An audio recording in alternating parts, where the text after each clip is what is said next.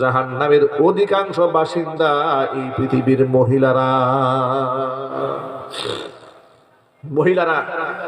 জাহান্নামের অধিকাংশ আসন দখল করে ফেলেছে। নাউজুবিল্লাহ পড়েন। ইবনে মাসউদ রাদিয়াল্লাহু তাআলা আনহুর হাদিসে এসেছে, নবীজি সাল্লাল্লাহু আলাইহি ওয়াসাল্লাম ঘর থেকে বের হয়ে ঈদের নামাজ পড়ালেন। ঈদের নামাজ পড়িয়ে সাহাবীদের সামনে খুতবা দিলেন, পুরুষদের সামনে। ফাতান নিসা, এরপরে মহিলাদের সামনে গেলেন। যাওয়ার পরে ডেকে বলেন, ইয়া মা'শারান নিসা, হে নারীরা, তাসাদদাকনা, তোমরা আল্লাহর রাস্তায় দান করো। ফাইন্নী উরিতুকুন্না আকসার আহলিন নার, আমাকে দেখানো হয়েছে তোমরা অধিকাংশ নারী জাহান্নামী। নারীরা প্রশ্ন করলেন, ফাবিমা যাকা ইয়া রাসূলুল্লাহ, হে আল্লাহর রাসূল, আমরা যে জাহান্নামে যাব কারণটা কি? হুজুর বলেন, দুইটা বড় পাপ আছে। কয়টা যদি বলেন তো ভাই? দুইটা পাপের কারণে অধিকাংশ নারী জাহান্নামে যায়। এর মধ্যে এক নাম্বার পাপ, লিতুকসিরনাল লানা, কথায় কথায় লানত দেওয়া, বেশি বেশি মানুষকে অভিশাপ দেওয়া। এটা নারীদের একটা অভ্যাস। মিজাজ খারাপ হয়ে গেছে, সন্তানদেরকে লানত দেয়, স্বামীকে লানত দেয়, প্রতিবেশীকে লানত দেয়, বাপ মারে পর্যন্ত লানত দেয়। ঠিক নেবে ঠিক। মিজাজ আরো বেশি খারাপ হয়ে গেলে নিজের উপরে লানত দেয়, বলে আল্লাহ এই দুনিয়ার ভাল লাগে না, তুমি আমরা উঠাই নিয়ে যাও।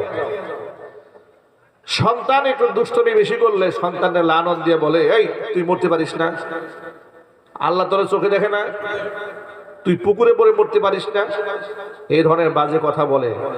এরকম মহিলা নাই এলাকায়? কথা বলে না কেন? আছে না নাই? মায়েরা বোনেরা, সন্তানকে কখনো অভিশাপ দেবেন না। বাবা মার দোয়া আল্লাহর কাছে 100% কবুল হয়ে যায়। বাবা মার রাগের কথাও আল্লাহর কাছে কবুল হয়।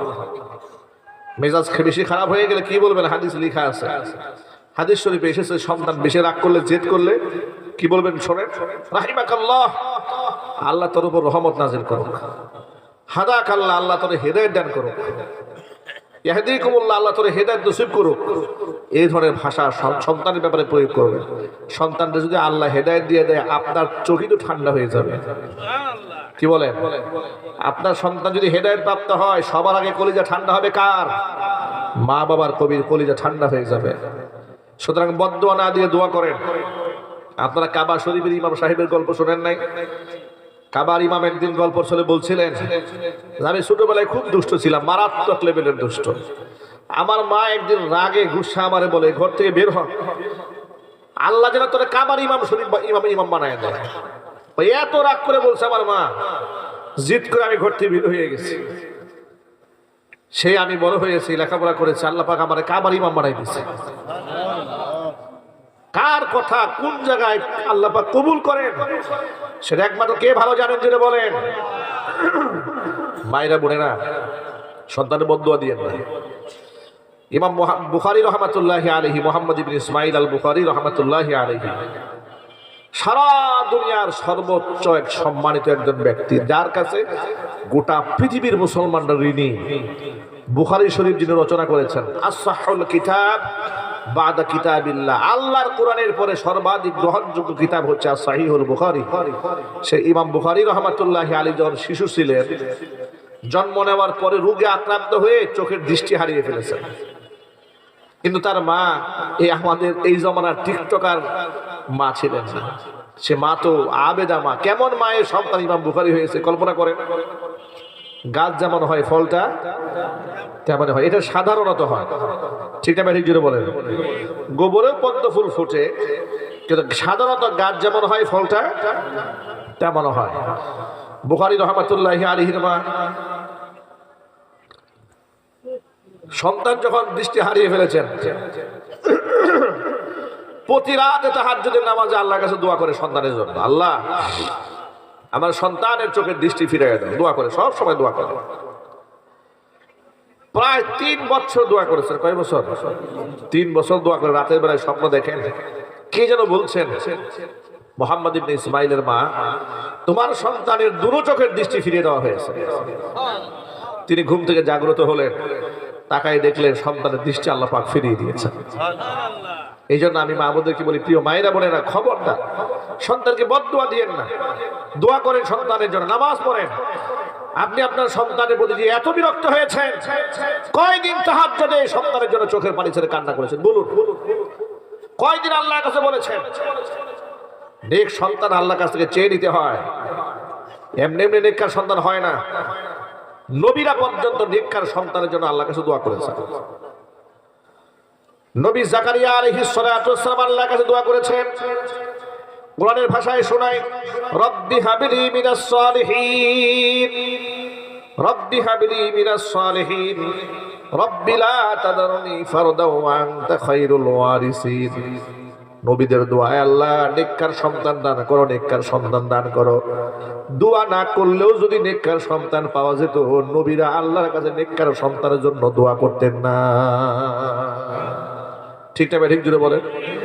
যদি পরিবেশেই সন্তান নেককার হয়ে যাওয়া যেত, নবীদের তো গুনার পরিবেশ ছিল না, নবীরা গুনাহ করতেন, তাহলে সেই নবীরা কেন আল্লাহর কাছে দোয়া করেছে, আল্লাহ আমাকে নেককার সন্তান দান করো? এর মানে নেককার সন্তান আল্লাহর কাছে ভিক্ষা চাইতে হয়, চেয়ে নিতে হয় আল্লাহর কাছ থেকে। আল্লাহ, আমরা এখানে যারা বসে আছি, আমাদের সবারই কম বেশি ছেলে মেয়ে আছে। আল্লাহ পাক যেন আমাদের সকলের সন্তানদেরকে নেককার সন্তান হিসেবে কবুল করেন, আমিন। এই জন্য ভাইরা, আমরা বদদুয়া দেব সন্তানদেরকে? রাগ করলে গাল বন্ধ করবো না, আমরা হেদায়েতের দোয়া করবো, বলেন ইনশাআল্লাহ। আল্লাহ নবী বললেন, দুইটা পাপের কারণে অধিকাংশ নারী জাহান্নামে যাবে। এর মধ্যে এক নাম্বার হচ্ছে তুকসিরনাল লানা, বেশি বেশি লানত দেওয়ার কারণে। দ্বিতীয় নাম্বার কারণ লিতাকফুরনাল আশির, স্বামীর নাফরমানি করার কারণে। স্বামীর অবাধ্য হওয়া, এটা একটা ট্রেন্ডিং এ পরিণত হয়েছে বর্তমান জমানায়। মহিলারা স্বামীর মুখে মুখে তর্ক করে। স্বামী এক ধমক দিলে স্ত্রী দেয় তিনটা। যদি পাবনায় মনে হয় এরকম শুরু হয়নি? হ্যাঁ, এটা কি পাবনাতে শুরু হয়েছে? পাবনাতে বেশি। ঢাকা শহরে অবস্থা এমন হয়েছে, ঘরে ঘরে ডিভোর্স শুরু হয়েছে, ডিভোর্স, তালাক। কয়েকদিন আগে একটা উপজেলা লেভেলের একটা জরিপ দেখলাম, 1 বছরে 650 ডিভোর্স হয়েছে একটা উপজেলাতে। নাউজুবিল্লাহ বলেন। 650 ডিভোর্স হয়েছে 1 বছরের মাথায় একটা উপজেলাতে। করোনাকালীন সময় বেশি হয়েছে। আমি টাঙ্গাইল জেলার সখীপুর অঞ্চলের জরিপ দেখেছিলাম 2019 সালে, পত্রিকাতে একটা কাটিং দেখেছিলাম। সেখানে 1 বছরে বিবাহ হয়েছিল 800+ বিবাহ হয়েছে রেজিস্টারভুক্ত কাজী সাহেবের আন্ডারে, আর ডিভোর্স হয়েছে 600+। কল্পনা করা যায়? মানে যা বিবাহ যা হচ্ছে, প্রায় 80% ধরে যাচ্ছে, 20% বিবাহ টিকতেছে। এটা ঘৃণার সাথে কর নাউজুবিল্লাহ। অথচ তালাক, এরা হলো আবগাদুল হালাল। আর আরো দুঃখজনক ব্যাপার কি জানেন? এই ডিভোর্সটা দিচ্ছে আবার মেয়েরা। বেশিরভাগ ক্ষেত্রে ডিভোর্স দিচ্ছে মেয়েরা, ছেলেরা ডিভোর্স দিচ্ছে না, তালাক দিচ্ছে না। আপনাদেরকে যদি ছোট্ট একটা প্রশ্ন করি, আপনারা নিশ্চয়ই জবাব দেবেন। আপনারা বলেন তো, তালাকের মালিক কি স্ত্রী না স্বামী? আবার বলেন সবাই, স্বামী। আল্লাহ তাআলা পুরুষের হাতে তালাকের মালিকানা দেওয়াতে গোটা মানব জাতির উপর আল্লাহ দয়া করছেন। কাদের উপর দয়া করেছেন? শুধু নারীদের উপরে না, গোটা মানব জাতির উপর আল্লাহ দয়া করছেন। এই যে আমরা যারা বসে আছেন এখানে, তালাকের মালিক যদি আমাদের বউরা হইতো, একটার বউ থাকতো না ঘরে। কথা বলে না, মেজাজ একটু খারাপ হয়ে ঠাস ঠাস তালাক দিয়ে দিত। ঠিক কিনা বলেন? তালাকের মালিকেরা দেওয়া হয় নাই, এরপরও ডিভোর্সে মহিলারা আগায়া। যদি মালিকেরা দেওয়া হইতো, তাহলে অবস্থা কি হইতো? ঘরে ঘরে তালাক হইতো। মুখের উপর বউরা বলে, একমাত্র আমি দেখে আপনার সংসারটা করলাম, পৃথিবী কেউ আপনার সংসার করতো না। একটা কমন কথা বলে। আরেকটা কথা বলে, 10 বছর সংসার করলাম, সুখ কি জিনিস আপনার সংসার চোখেই দেখলাম। বলে কিনা যদি বলে? এগুলো আমাদের মা বোনরা বলে, মায়েরা বোনেরা এগুলো বলবেন না। এগুলা বলে স্বামীরে কষ্ট দিবেন না, স্বামীর সেবা করেন। নবী করিম সাল্লাল্লাহু আলাইহি ওয়াসাল্লামের ঘরে সম্পদ ছিল না, কিন্তু সুখ ছিল। দামি দামি বিছানা ছিল না, কিন্তু মোহাব্বত ছিল। এই যে আমরা আমাদের স্ত্রীদেরকে কত কিছু কিনে দেই, কত অর্নামেন্টস কিনে দেই, গহনা কিনে দেই, লাক্সারি লাইফ লিড করার জন্য কত সুন্দর সুন্দর মেকআপ কিনে দেই, পারফিউম কিনে দেই, ঠিক না ভাই? কিন্তু দেখেন নবী করিম সাল্লাল্লাহু আলাইহি সাল্লাম নিজের স্ত্রীকে দামি দামি কাপড় দিতে পারেন নাই, 3-4 দিন খানাও খেতে পারেন নাই, কিন্তু বিনিময়ে সংসারে কোনো অশান্তি ছিল না। একটা হাদিস বলি, আপনারা আন্দাজ করতে পারবেন। নবী করিম সাল্লাল্লাহু আলাইহি সাল্লাম দরজার সামনে উঠানে বসে নিজের জুতা সেলাই করতেছিলেন নিজের হাতে। সুবহানাল্লাহ। রহমতের নবী নিজ হাতে জুতা সেলাই করছেন। বাহির থেকে রৌদ্রের আলো এসে হুজুরের চেহারার মধ্যে পড়েছে। আর রাসূলের চেহারা তো ছিল পৃথিবীর 1 নাম্বার চেহারা, যার সাথে পৃথিবীর কারো তুলনায় চলে না। জোরে বলেন আল্লাহু আকবার।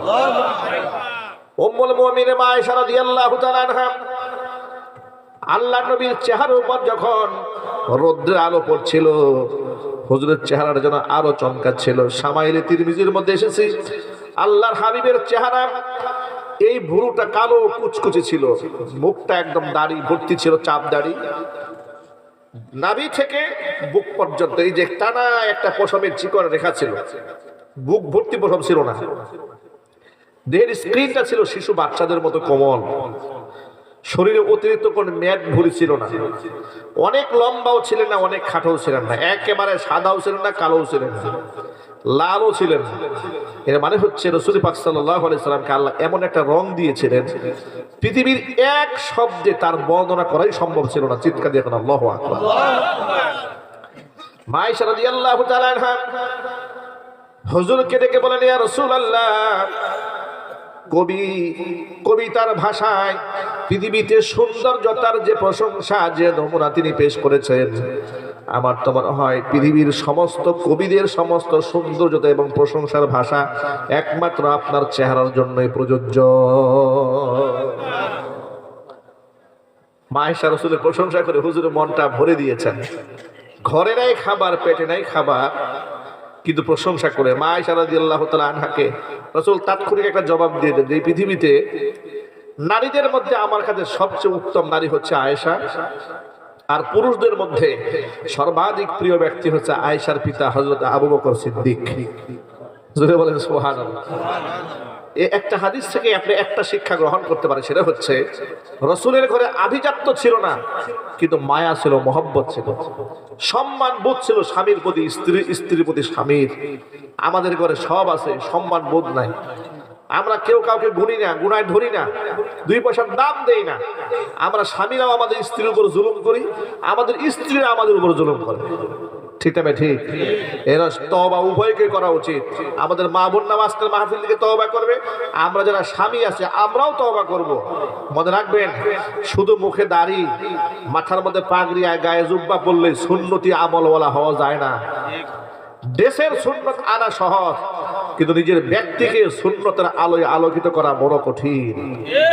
ঠিক কিনা বলেন? দেশ দিয়ে তো সুন্নত যে কেউ নিতে পারে, যে কেউ এটা ধারণ করতে পারে, কিন্তু আমলের উপর সুন্নতে চলে আসা এত সহজ ব্যাপার নয়। আমরা যদি আমাদের স্ত্রীদের সাথে সুন্দর আচরণ করতাম, তাদের হকগুলো আদায় করতাম, তাহলে আমাদের এই মনোমালিন্যতা হতো না, এত ডিভোর্স এবং তালাকের সংখ্যা বাড়ত না সমাজ। আমরা আমাদের স্ত্রীর উপরে জুলুম করেছি। আমরা আজকের পর থেকে আমাদের স্ত্রীদেরকে তাদের হকের ব্যাপারে যত্নবান হব, বলেন ইনশাআল্লাহ। তাদেরকে মারধর করব না, বাপ মা তুলে গাল বন্ধ করব না, বলেন ইনশাআল্লাহ। বলেন গালি দেওয়া যাবে, চুল ধরে টান দেওয়া যাবে, এই বদ অভ্যাস আমাদের মধ্যে আছে না নাই? আহারে, কত পুরুষের ব্যাপারে নালিশ আসে যে চুল ধরে হেসরায় ঘর থেকে বের করে নিয়ে আসে স্ত্রী, পিটায়া রক্তাক্ত করে হসপিটালে পাঠিয়ে দিয়েছে। জালেম স্বামী কি করে এত বড় জালেম হয়? এক বিছানায় থেকে, এক প্লেটে খাবার খেয়ে, 10-12 বছরের মহব্বতের সংসারে পিটায়া হসপিটালে পাঠিয়েছে বউকে। মেজাজ খারাপ হয়ে গেছে। সামান্যতম রান্না করার ক্ষেত্রে লবণ একটু কম হলো কেন, ঝাল একটু বেশি হইলো কেন, এটা নিয়ে ঝগড়া। এরকম স্বামী নাই ঘরে? আল্লাহ যেন হেদায়েত দান করে, জোরে করে আমিন।